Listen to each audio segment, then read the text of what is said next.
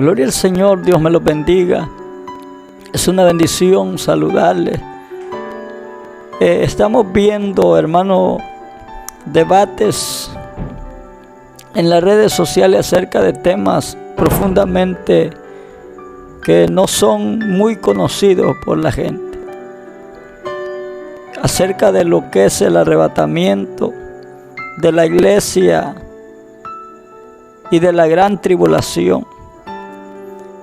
Y la gente debate en que unos dicen que la iglesia se va a ir antes de la gran tribulación y otros dicen que la iglesia se va después de la gran tribulación. Hermanos, los grandes eruditos, cuando hablamos de los eruditos, son los hombres estudiosos, son teólogos que estudian la teología para tratar de tener amplio conocimiento, hermano, pero este conocimiento es un conocimiento humanamente. Y cuando hablamos de la escritura, de los temas bíblicos, hablamos de algo espiritual. Aunque la Biblia tiene interpretación, porque Dios la dejó para interpretación humana, porque es espiritual, pero no quiere decir que todo mundo, porque estudie, la va a entender, la va a comprender. Porque si así fuese, los teólogos en la Biblia, los doctores en la Biblia, entonces todos estuvieran de acuerdo en la misma línea. Y el problema está en que unos teólogos dicen que Cristo viene antes de la gran tribulación, y otros teólogos también estudiosos de teología dicen que es después, y otros teólogos dicen que es en medio de la gran tribulación, a los 3 años y medio. Y no se pueden concordar en estos puntos, porque no hay una veracidad en cuanto a este tema claro.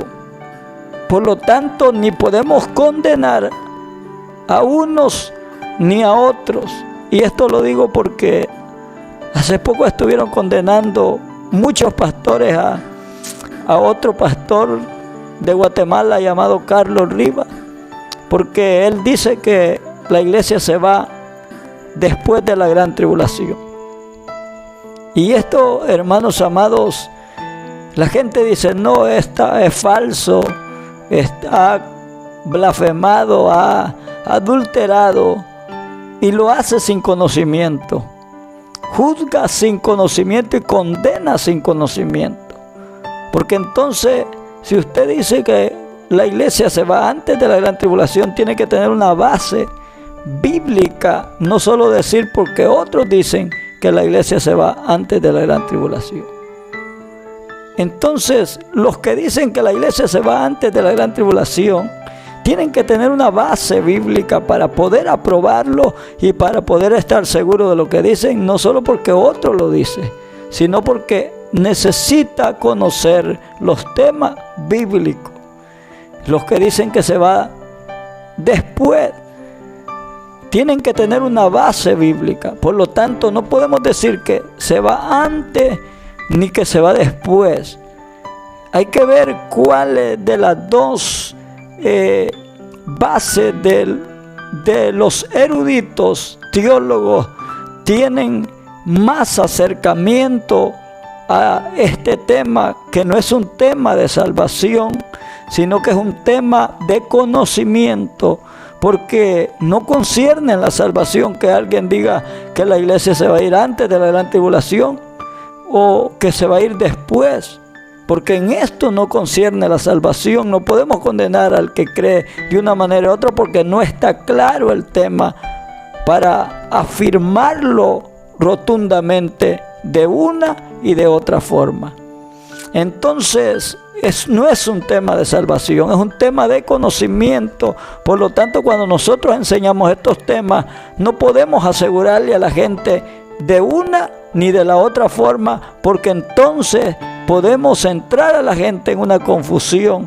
Cuando estos temas son tocados, deben de ser tocados de acuerdo a la palabra y no afirmar a ciencia cierta una de las dos maneras de los que hablan los grandes estudiosos, sino que debe la gente tener la certeza de estar bien con Dios y vivir en paz y en santidad.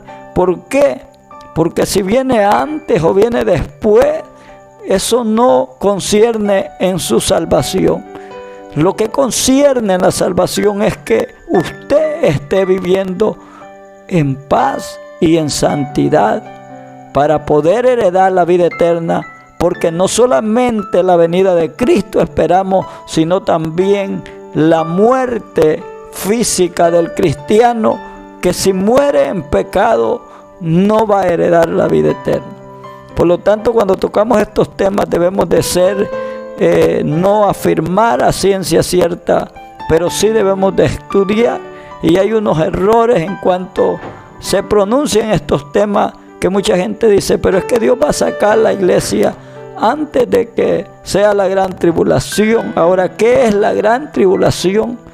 La gran tribulación de los cristianos, implementada o traída por el anticristo, o la tribulación de los impíos, que son los juicios de Dios sobre los desobedientes. Hay que aprender a dividir estas dos partes de esta palabra. ¿Por qué?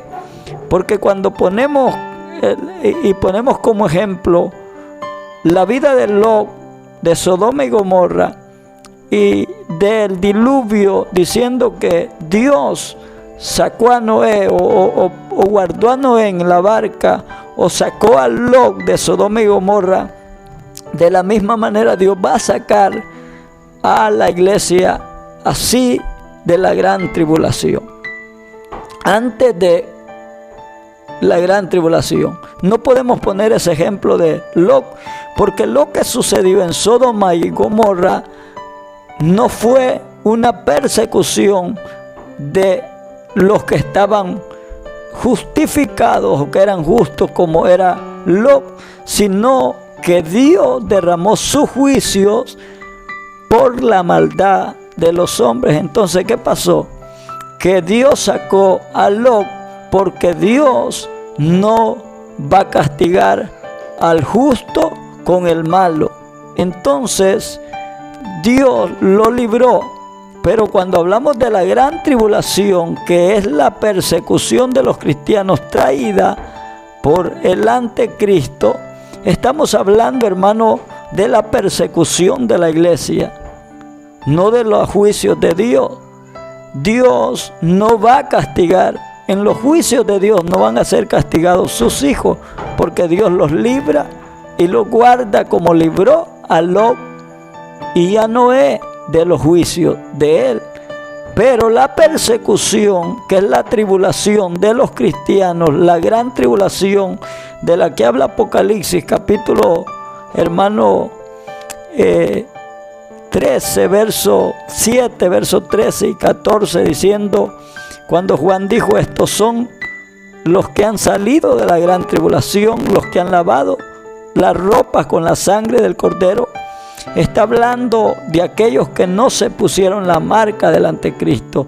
¿Qué es lo que está pasando entonces cuando hablamos de esto? Estos no son juicios de Dios.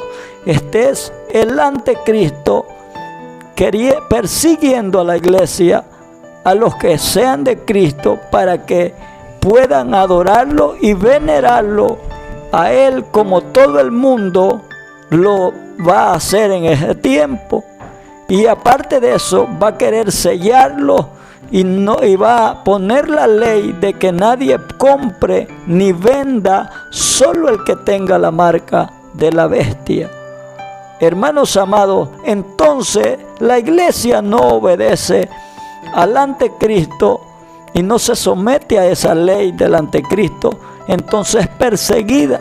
Al principio de la tribulación de los cristianos, el anticristo se sienta como Dios, haciéndose pasar por Dios, y es objeto de culto. Y hermanos amados, y esos 3 meses y medio de posesión va a ser un tiempo de engaño sutilmente, donde Él no va a perseguir. Por ese tiempo va a estar haciendo las cosas por engaño, para que la gente crea que Él es el Mesías que todo mundo anhela, o el hombre de soluciones en el mundo para resolver la paz y la seguridad de esta tierra. Pero cuando la iglesia no se somete a la obediencia de Él, entonces de esos 3 años y medio empieza el embate de la gran tribulación, cuando empiezan a encarcelar los cristianos, los que no obedecen a Él y los que no se sellen y no acepten la marca de la bestia, y a perseguirlos como fue al principio a la iglesia primitiva por no obedecer. Y cuando hablamos de gran tribulación, se habla no porque sea más dura que los primeros cristianos sufrieron siendo decapitados y todo lo que les pasó en el tiempo pasado, cuando eran, hermanos, aserruchados y muertos por causa de Cristo. Cuando habla de gran tribulación, habla porque será a nivel mundial. Todo cristiano que sirve a Dios va a ser perseguido. Es como cuando hablamos de pandemia. Puede ser una enfermedad, pero no es pandemia, no es gran. Pandemia quiere decir algo grande a nivel mundial, algo que se hizo una pestilencia y el mundo está abatido por una pandemia, por una peste mundial, y se nombra pandemia porque es mundial, porque es grande, porque abarca la humanidad y está alcanzando todas las naciones, se riega por el mundo. Y no porque no hayan otras enfermedades más poderosas o más fuertes, más mortales que esta enfermedad, como acabamos de pasar el COVID-19. Hay otras enfermedades que han sido más letales que el COVID-19. Pero ¿por qué se dice pandemia? Pues porque es a nivel mundial desarrollado, pero no porque sea más fuerte que otras enfermedades mortales que solo suceden en determinados países y que es no a nivel mundial. Pandemia es porque es grande y se regó en el mundo entero y se convirtió en una pandemia. Persecución o gran tribulación es porque es a nivel mundial, y la iglesia, donde quiera que sean y que estén los cristianos, van a ser perseguidos para ser matados, para ser decapitados, por cuanto no hay sometimiento al anticristo. Entonces, amados hermanos, estos temas son bastante importantes conocerlos. La gente dice, no, pero es que la iglesia no puede pasar. ¿Por qué no puede pasar la gran tribulación? El arrebatamiento de la iglesia es efectuado cuando ya culmina el tiempo de la gran persecución del pueblo de Dios. Y después de que la iglesia es arrebatada, según dice el apóstol Pablo, cuando los muertos en Cristo resucitan primero, luego nosotros los que vivimos, los que hayamos quedado, seremos arrebatados juntamente con Él en las nubes para recibir al Señor en el aire, y así estamos siempre con el Señor. La palabra arrebatar es tomar, es, hermano, arrebatar lo que alguien tiene en sus manos. Entonces, ¿por qué la palabra arrebatar? Y dice Pablo, seremos arrebatados, porque los que estamos vivos seremos arrebatados y los que están muertos serán resucitados. Porque los que están vivos van a estar en las manos del anticristo. ¿Qué quiere decir en las manos? Van a estar en la peor persecución del anticristo.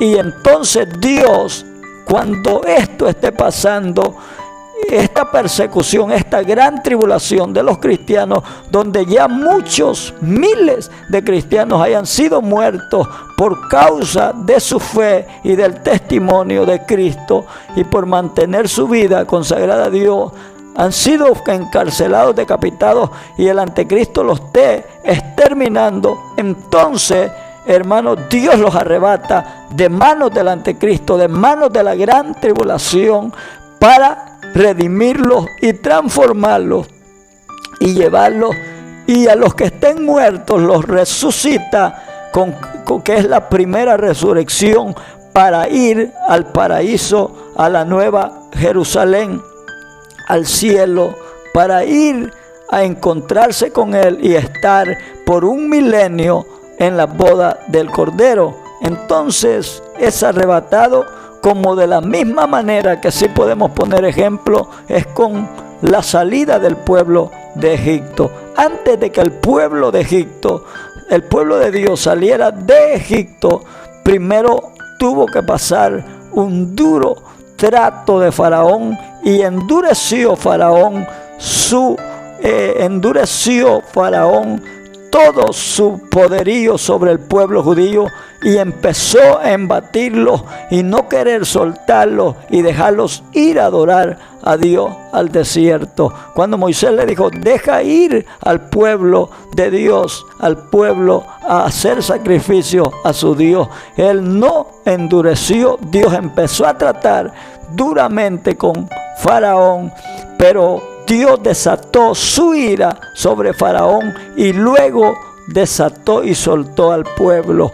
Y el pueblo salió en medio con mano poderosa, en medio de gran tribulación de Egipto, para poder ir a través del desierto a la tierra prometida.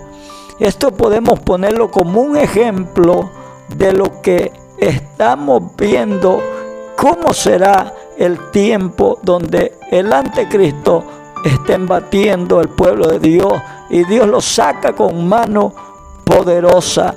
Y luego que Dios lo saca, hermanos, Dios empieza a desatar su juicio, su ira sobre el mundo entero. Y allí es cuando vienen los juicios de Dios, pero la iglesia está en las manos de Cristo. Lo que sí no vamos a pasar es lo que sí no vamos a vivir nosotros y sufrir son los juicios de Dios, porque Dios no va a castigar a sus hijos con los impíos.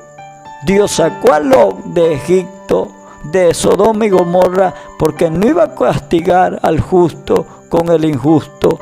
Dios saca a la iglesia de este mundo porque Él no va a castigar con su juicio a los justos con los injustos, porque la iglesia es perseguida, es maltratada. Por eso es que cuando vemos la palabra en San Juan capítulo 16 verso 20, la Biblia dice: vosotros lloraréis y lamentaréis, y el mundo se va a alegrar, pero vuestra tristeza se convertirá en gozo. Hablando de la venida de Cristo por su pueblo. Y el mundo se alegrará por su lamento, por su embate, por su llanto, por su dolor, porque ellos van a ser parte de esa persecución de la iglesia del Señor. Vosotros lloraréis y lamentaréis, y el mundo se va a alegrar, pero vuestra tristeza se convertirá en gozo, dice Jesús.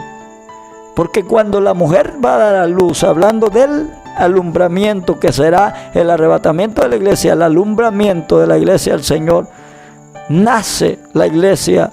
Y dice: ¿por qué la mujer cuando tiene dolores y va a dar a luz, cuando va a dar a luz tiene dolores, pero luego que dio a luz ya no tiene más angustia de dolor? ¿Por qué? Porque ha nacido un varón. La Biblia habla esto hablando acerca del arrebatamiento de la iglesia, que va a llorar y lamentar por un tiempo, y el mundo se va a alegrar porque va a ser perseguida, pero el gozo, la tristeza se convertirá en gozo, porque Cristo levantará a su iglesia para redimirlos con su gracia, con su misericordia, y redimirlos y llevarlos y transformarlos y llevarlos al cielo, a la presencia de Dios. ¿Por qué? Porque entonces Dios va a hacer quebrantar los juicios, los va a desatar y va a quebrantar al hombre por no haber querido oír la voz de Dios a través de los hombres y las mujeres de Dios que siempre estuvieron hablando. Hermano, hay que tener mucho cuidado en estos temas, y le voy a decir por qué puntos. Porque si Cristo viene antes de la gran tribulación de los cristianos, que es el embate del anticristo sobre la iglesia, hermanos amados, hay que estar preparados. Pero si decimos que Cristo viene antes de la gran tribulación y no después de la gran tribulación, podemos caer en una trampa. Hay que ser cuidadosos. Por eso es que no debemos de afirmar en ciencia cierta uno de los dos puntos. Porque el anticristo puede venir y puede empezar a trabajar sutilmente el engaño, porque vendrá con todo engaño de iniquidad. Y la iglesia, por decir, no, este no es el anticristo, porque primero tiene que venir Cristo. Hermano, todo cuando se habla de anticristo es aquello que se interpone entre lo de Cristo. Cuando se habla de anticristo, también lo podemos reflejar, que es que Él trata de detener a la iglesia del Señor, a los que están preparados, porque los que están fuera y son de Él, entonces los que están dentro del camino de Dios son los que Él quiere detener, como trató de detener a Jesucristo para que no muriese por nosotros y fuésemos salvos. Entonces, al tratar de detener a Jesús, que antes de ir a la cruz y que Él quebrantara el propósito del Padre, morir en la cruz, entonces Él no lo pudo lograr. Jesús murió y con su muerte nos redimió y mantuvo hasta la muerte de acuerdo a lo que el Padre le ordenó. Entonces, de la misma manera va a tratar de perturbar la iglesia para que la iglesia no vaya a volar o a morar con Cristo. ¿Por qué? Porque si la iglesia, Él va a tratar de detenerla y de engañarla astutamente, sutilmente. Y cuando la iglesia no se deje engañar, entonces va a empezar a implementar todo su sistema diabólico de las leyes, porque será el anticristo un hombre humano, solo que con el poder de Satanás, bajo el poder de Satanás, y implementará las leyes duras para perseguir, encarcelar y decapitar, matar a los cristianos, y que no puedan tener el derecho a la comida, ni a la salud, ni a nada, porque no tienen la marca de la bestia en su frente y en su mano derecha, que representan, hermanos amados, la frente en sí. No es que le van a poner de repente un sello que diga 3:6, sino es que el pensamiento que el hombre es adorado y inclinado su pensamiento a la veneración del anticristo a través del control de nuestras vidas, y será marcado con un sello que va a identificar a los que son de Él. Mas nosotros tenemos sello del Espíritu Santo, que no lo ve, que no se ve, pero estamos marcados para vida eterna. La mano derecha representa, es la lealtad, hermanos amados, de el anticristo, del hombre que le es leal y se ha marcado para adorarlo y obedecer su gobierno mundial. Entonces, la lealtad del hombre al anticristo, por eso dice, será en la mano derecha o en la frente, que representan veneración, inclinación al anticristo y lealtad al anticristo. Por eso es que decimos, este hombre es la mano derecha. La mano derecha quiere decir el hombre de confianza, que le es leal a la persona a la cual le está confiando ese derecho. Entonces, amados hermanos, cuando decimos que la iglesia se va a ir antes de la gran tribulación, podemos tener un peligro, porque puede venir el anticristo sutilmente y puede estar sellando y marcando al ser humano, engañándolo y implementando sutilmente el engaño de iniquidad. Por eso la iglesia tiene que estudiar, y dice escudriñar las escrituras y estar preparado, velando para que no sea engañado, porque aún es peligroso, dice, si fuera posible a los escogidos, de tanto engaño. Por eso Pablo lo describe en la segunda carta Tesalonicenses, capítulo 2 en adelante. Pablo lo describe, la sutileza del plan y del misterio de la iniquidad, diciendo Pablo con respecto a la venida de nuestro Señor Jesucristo, hablando del arrebatamiento de la iglesia y nuestra reunión con Él. O sea, los vamos a reunir con Cristo en las nubes para ir a la presencia de Dios.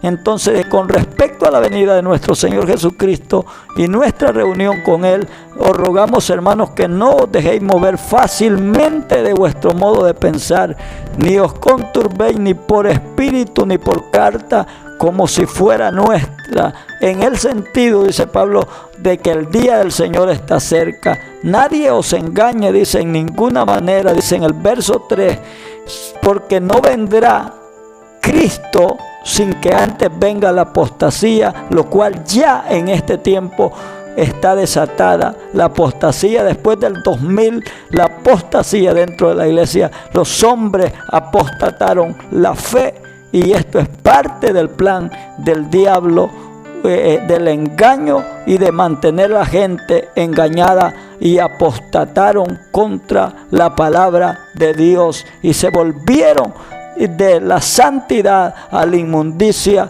y ensuciaron el camino santo y desviaron el conocimiento de las personas para que sean entregados al plan del anticristo, al sistema mundial, al sistema que se está cada día acercando y ordenando más, el orden mundial, para llegar al complemento de la aparición del hombre de pecado. Y dice porque no vendrá sin que antes venga la apostasía, lo cual ya es una realidad, la apostasía en el mundo entero, en la religión, y se ha apostatado, y sin que antes venga la apostasía y se manifieste el hombre de pecado, el hijo de perdición, el cual se levanta contra todo lo que se llama Dios y es objeto de culto, tanto que se siente en el templo de Dios, haciéndose pasar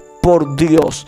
O sea que el hombre de pecado, el hijo de perdición, que es el anticristo, se sentará como Dios. La gente lo va a venerar. Su poder, su autoridad, su dominio, su astucia será como Dios en la tierra, y la gente va a decir: este es un verdadero hijo de Dios, o este es el verdadero Mesías, este es un verdadero hombre de Dios, porque actuará precisamente imitando al Hijo de Dios para engañar no solo al pueblo judío, sino al mundo entero en cuanto a la astucia de Satanás.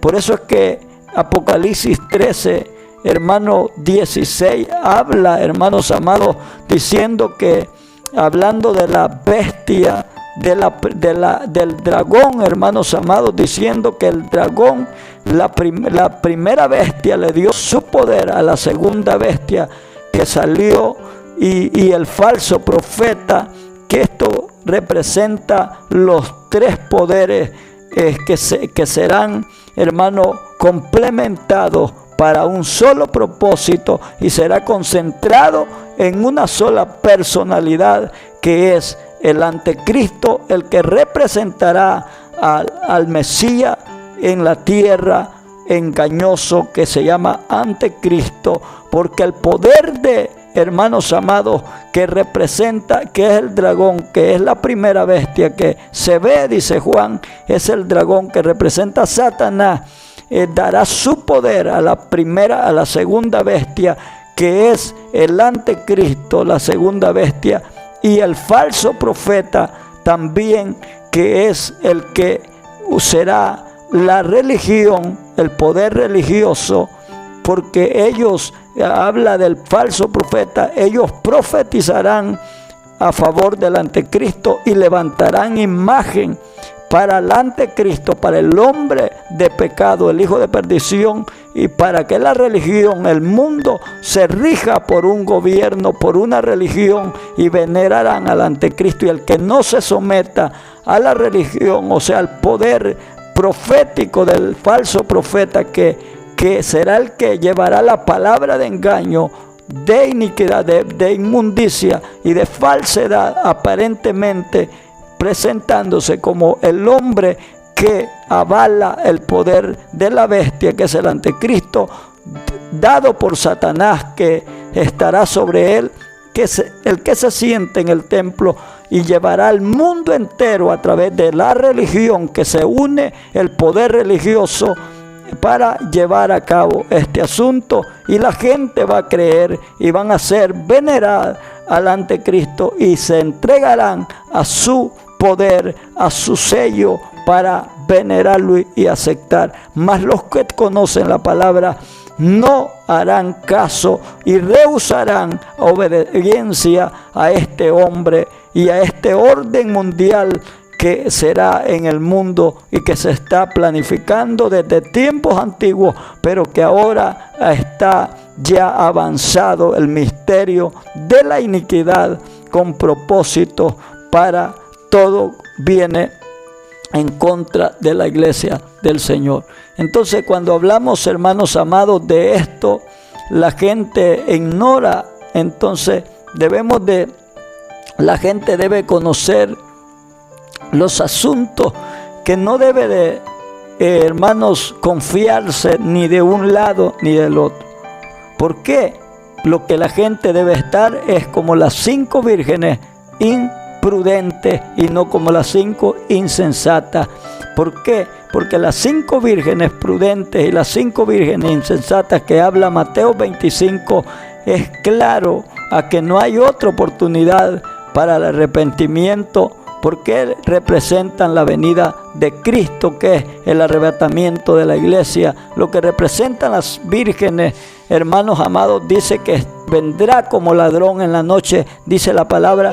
Ellas fueron sorprendidas de esta manera, se durmieron, cabecearon, que quiere decir no velar, estar descuidados, no dormidos físicamente, sino dormidos espiritualmente. Se confiaron y descuidaron, creyendo que el esposo no iba a venir pronto, y entonces solo entraron las vírgenes prudentes. Ellas buscaron una manera de entrar, pero no había oportunidad para entrar. Dice que tocaban la puerta diciendo: ábrenos la puerta, pero la puerta se había cerrado. Por eso es que la Biblia dice, hermano, en Hebreos 2:3 dice: ¿y cómo escaparemos nosotros si descuidamos una salvación tan grande?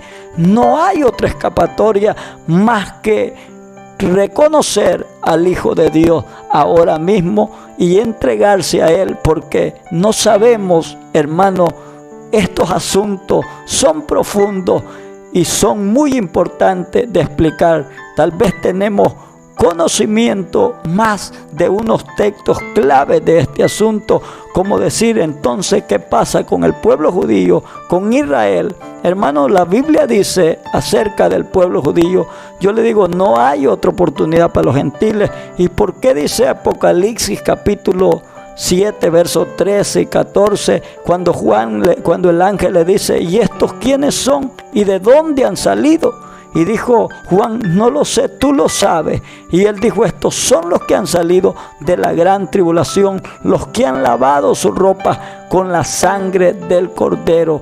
Esto dice la gente que son los gentiles junto a los judíos. Mucha gente dice esto, aún es una teoría no concreta, que debe de alguien acertar o asegurar este asunto, porque no es claro en cuanto a esto. Dice que son gentiles que se quedan y pasan por la gran tribulación, y esto no es así, porque no lo determina así la Biblia, ni lo dice así, sino que es la misma iglesia del Señor que pasa por el lauso del problema, del embate, y es coronada en gloria, y que muchos no mueren, sino que una parte son sacrificados, decapitados, pero una parte de la iglesia que está viva y que está embatida por el anticristo va a ser arrebatada de manos del anticristo y de la persecución del anticristo, cuando esto sea el cumplimiento de los tiempos. Por lo tanto, hay que estar preparados por todo, vivir en paz y en santidad, no estar especulando ni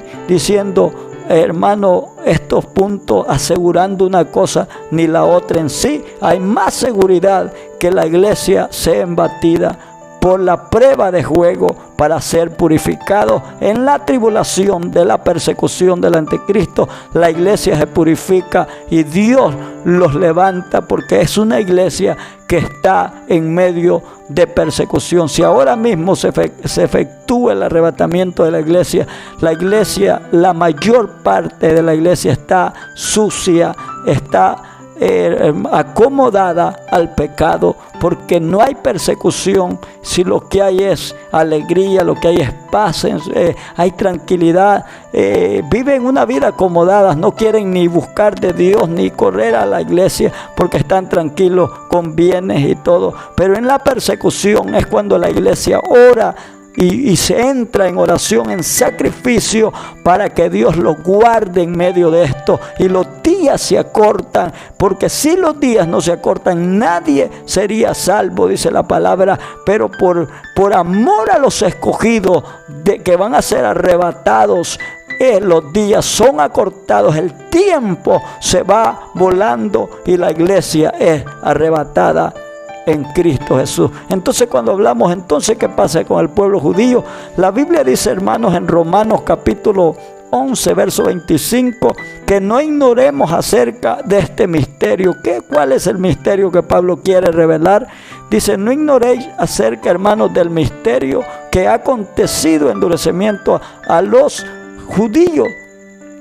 Pero dice, pero cuando entre, dice, la plenitud de los gentiles, entonces todo Israel será salvo. Cuando habla todo Israel, quiere decir el verdadero israelita, que es el remanente, que dice la palabra, si Dios ha dejado un remanente por gracia, que es el que se purifica, y si dice, entonces dice, todo Israel será salvo. No todos los que descienden de Israel, dijo Pablo, son israelitas, sino aquellos que son descendientes de Ismael. En cuanto a la promesa, entonces todo Israel, cuando entre la plenitud, ¿qué es lo que dice? Este texto concuerda con el texto, dice que los primeros serán postreros y los postreros serán primeros, siendo los israelitas primero, el pueblo de Dios serán postreros, pero los gentiles entran en la plenitud. La palabra plenitud es todos los que van a ser salvos de los gentiles,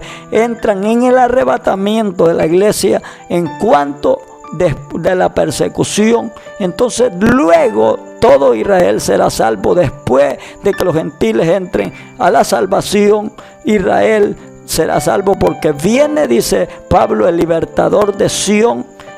Vendrá el libertador de Sión y limpiará a Jacob y apartará la iniquidad de Jacob. Entonces ellos lo reconocerán como su Mesías, como su Señor, y Dios les librará. No dice que habrá gentiles más, porque los gentiles solo entran en el arrebatamiento, que es la plenitud, todos los que van a ser salvos. No hay otra oportunidad para gentiles, porque, hermanos amados, no es así como la gente dice. Entonces los que dicen que han salido de la gran tribulación, ¿quiénes son? Son los mismos gentiles que pasan por el embate del proceso del anticristo. Israel es despertado luego que los gentiles son entrados a la plenitud de los gentiles entran, porque dice: no ignoréis este misterio. Es un misterio que no debemos de ignorar, dice Pablo, que ha acontecido endurecimiento a Israel en parte, pero cuando entre la plenitud de los gentiles, todo Israel será salvo, porque entonces aparecerá su libertador.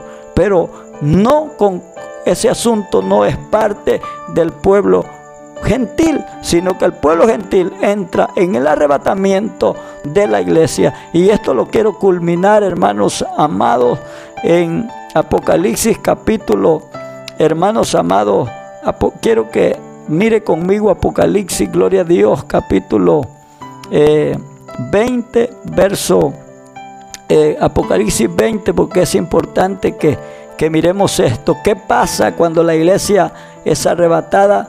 Hermanos amados, dice Pablo, dice en la primera Tesalonicenses capítulo 5, hablando de que Él vendrá, que debemos de estar, no estamos en tinieblas, estemos velando, dice, porque vendrá como ladrón en la noche. O sea, en el momento que nosotros menos esperamos, tal vez ya sentimos que estamos pasando gran dificultad, pero Cristo, y creemos que ya no hay rescate para nosotros, que nadie nos va a arrebatar de manos de este hombre malvado, de este hombre poderoso, de este gobierno, porque es un gobierno. La gente cree que va a venir con cacho y todo. No, será un hombre, un príncipe en el mundo, gobierno mundial, con un solo sistema mundial, con un solo orden mundial, y todo el que no se someta a ese orden será perseguido. Entonces dice Pablo en la carta a Tesalonicenses, diciendo que vendrá como ladrón, que nosotros andamos en luz y estamos en el día, no en oscuridad,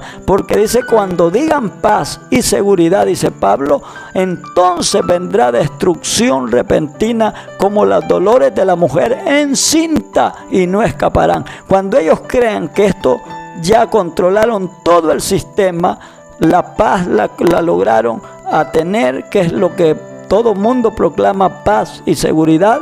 Para que la gente se sienta bien, el anticristo va a llevar ese plan de tener al mundo bien, para que lo veneren y para que digan que Él es el hombre de soluciones. Entonces, cuando digan paz y seguridad, Dios, y dicen en la iglesia, es la que debemos de matar, porque son los únicos que nos permiten complementar la paz y la seguridad. Son los que se rebelan contra todas las leyes que son en contra, hermano, que la iglesia no acepta. Entonces, esos cristianos que son estorbo dentro del gobierno del anticristo, que estorban al propósito y al orden mundial del anticristo, entonces van a tener que ser muertos, encarcelados, matados directamente y castigados hasta que se sometan a su gobierno, o si no, decapitados por no quererse someter, porque son en la cuña del zapato de la paz y la seguridad que busca el anticristo y el mundo entero.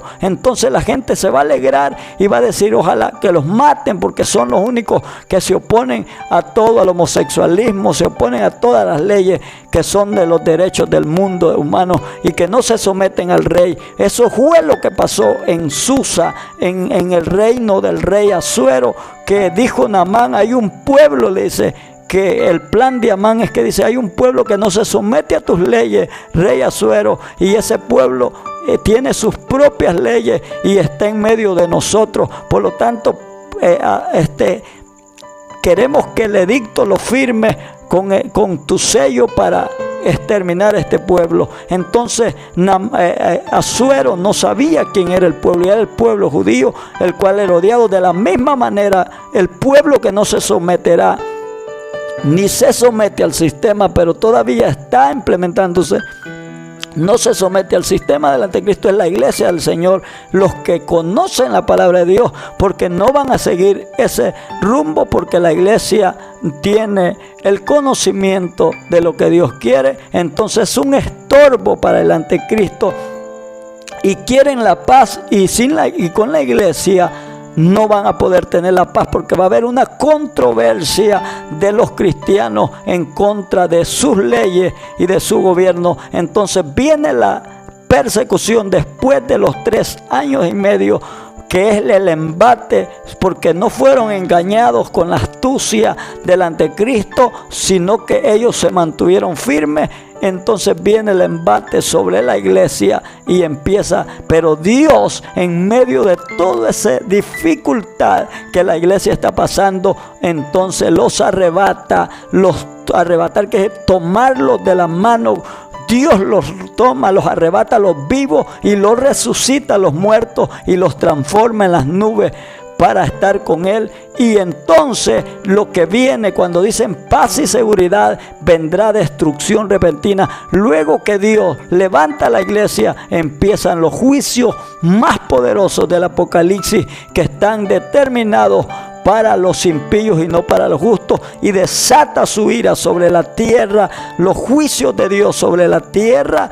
Y entonces empieza, y nosotros en el cielo con Cristo en las bodas del Cordero, celebrando por no haber adorado la bestia ni sellado con el sello de la bestia, sino que estaremos en la resurrección de los santos, la primera resurrección, que es la de los cristianos, porque la segunda resurrección, que queda el tiempo después de todos los que están muertos, que no resucitaron porque murieron sin Dios y sin esperanza, será para ser llevados al tribunal, al gran trono blanco, donde van a ser juzgados por sus obras y echados al lago de fuego. Mas nosotros en la primera resurrección somos llevados a los tribunales, pero no para condenación, porque desde que somos levantados en el arrebatamiento y resucitados los muertos en el arrebatamiento, porque ya somos para salvación, solo que vamos a ser pasados por tribunal, como dice Pablo.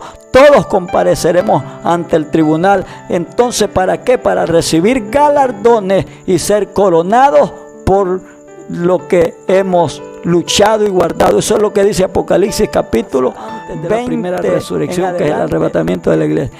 Y vi tronos y se sentaron sobre ellos los que recibieron la facultad de juzgar, y vi las almas de los decapitados por el testimonio de Jesús y por la palabra de Dios, los que no habían adorado a la bestia ni a su imagen, y que no habían recibido la marca en su frente y en sus manos, y vivieron y reinaron con Él 1000 años. ¿Con quién reinaron? Con Cristo 1000 años. Los que no recibieron la marca de la bestia reinaron con Cristo 1000 años. Y vi tronos y se sentaron. O sea, van a haber tronos para que la iglesia sea coronada y sea galardonada para ser juzgado por su obediencia.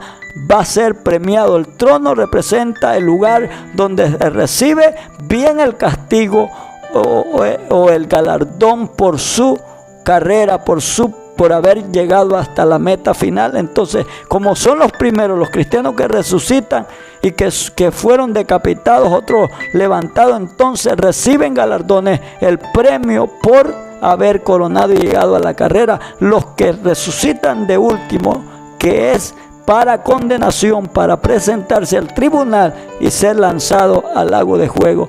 Y dice el verso 5, dice: vi trono y se sentaron los que recibieron facultades y no recibieron la marca en su mano derecha ni en su frente.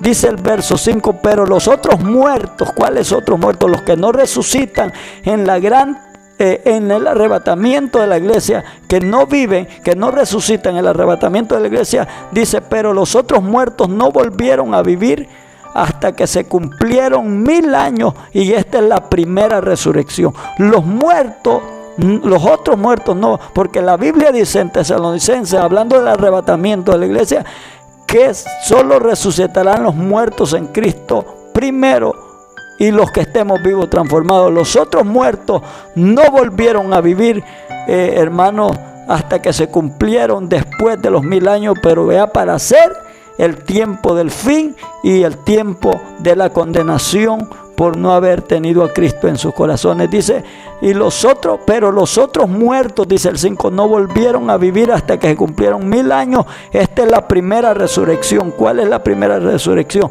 La que es en el arrebatamiento de la iglesia, que es la primera resurrección. Verso 6: bienaventurado y santo el que tiene parte en la primera resurrección. La segunda muerte no tiene potestad sobre esto, sino que serán sacerdotes de Dios y de Cristo y reinarán con Él 1000 años. Oiga, qué claro dice aquí el texto. Este texto está concordado con el arrebatamiento, que es 1 Tesalonicenses 4:16, que es la primera resurrección, y los que resuciten en la primera resurrección y los que sean arrebatados serán galardonados, porque hay tronos para ellos.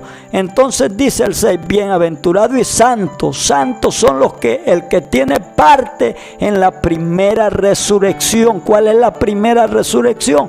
La del arrebatamiento de la iglesia, que resucitan los muertos en Cristo. El verso 5 dice, los otros muertos no volvieron a vivir, o sea, no fueron resucitados hasta que se cumplan después del milenio, después de los 1000 años, pero para ser llevados al tribunal, al trono blanco, para condenación, para ser juzgados. Los otros muertos no volvieron a vivir.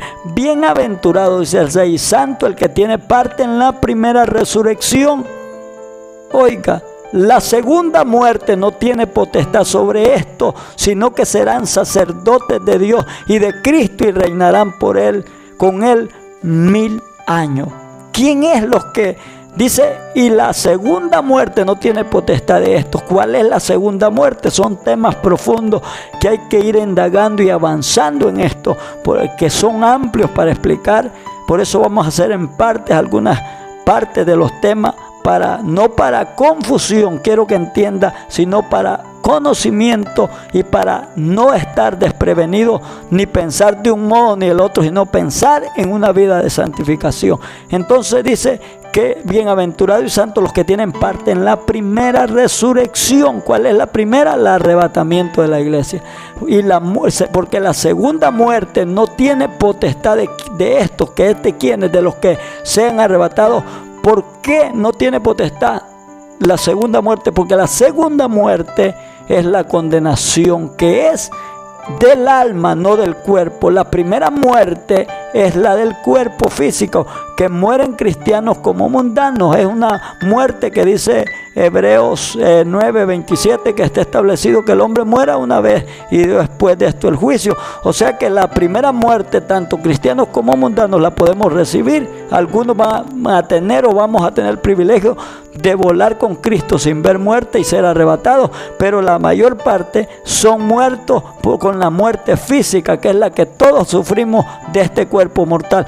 Pero la segunda muerte es la condenación del alma, que representa la muerte del alma, que no es muerte como la muerte física, sino que es la condenación. La segunda muerte es condenación. La segunda muerte no tiene potestad de nosotros los que morimos en Cristo, porque solo es para los que mueren sin Cristo, que mueren una vez físicamente y mueren eternamente en la condenación. La segunda muerte no toca a los de la primera resurrección, porque son salvos y coronados de gloria. Hermanos, si hay preguntas.